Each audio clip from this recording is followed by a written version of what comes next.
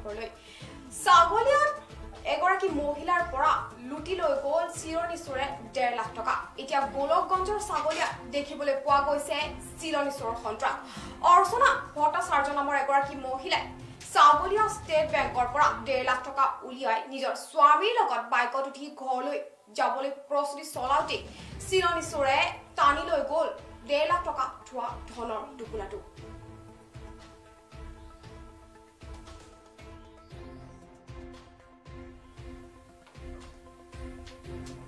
গোলকগঞ্জৰ ছাগলিয়াত চিলনী চোৰৰ সন্ত্ৰাস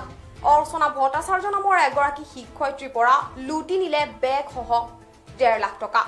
ছাগলিয়া ষ্টেট বেংকৰ পৰা 1.5 লাখ টকা উঠাই নিজৰ স্বামী মুকুল চন্দ্ৰ ৰায়ৰ লগত বাইকত উঠি ঘৰলৈ যোৱাৰ প্ৰস্তুতি চলাওঁতে পিছফালৰ পৰা অহা এখন বাইকেৰে দুজন চিৰণী চোৰে টকাখিনি ভৰাই থোৱা বেগটো টানি লৈ যোৱাৰ ফলত শিক্ষয়িত্ৰী গৰাকীয়ে চিৰণী চোৰৰ পৰা বেগটো ৰক্ষা কৰাৰ বাবে বেগটো টানি ধৰিছিল ফলত ৰাস্তাৰ ওপৰত বাগৰি পৰি শৰীৰৰ বিভিন্ন ঠাইত গুৰুতৰভাৱে আঘাতপ্ৰাপ্ত হৈছিল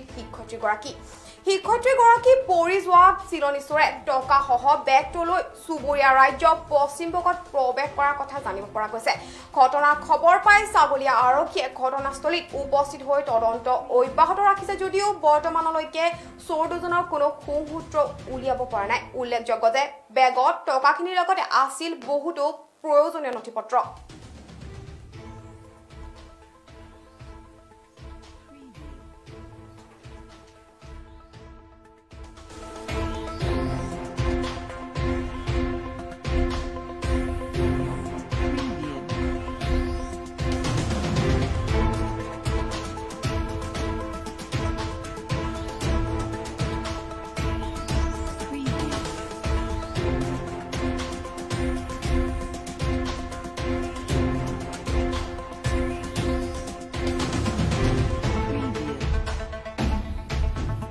তুলি আমি আহি আছোঁ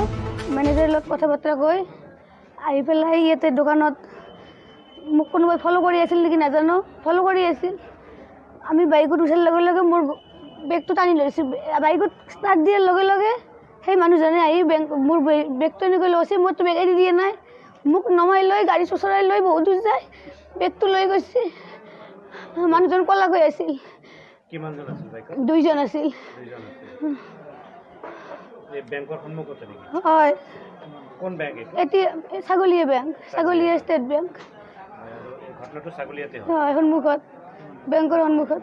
কিমান টকা আছিল 1.5 লাখ আছিল মোৰ সব ডকুমেণ্টছ আছিল সাৰ্ভিস বাকি সব আছিল তাত আই কাৰ্ড পেন কাৰ্ড আপুনি কি কৰে টিচাৰ ৰয়েল পি প্ৰাইমাৰী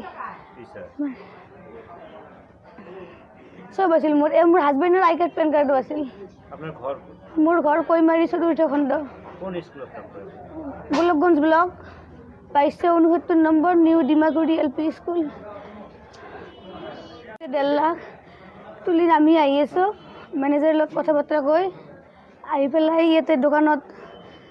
মোক কোনোবাই ফ'ল' কৰি আছিল নেকি নাজানো ফ'ল' কৰি আছিল আমি বাইকত উঠাৰ লগে লগে মোৰ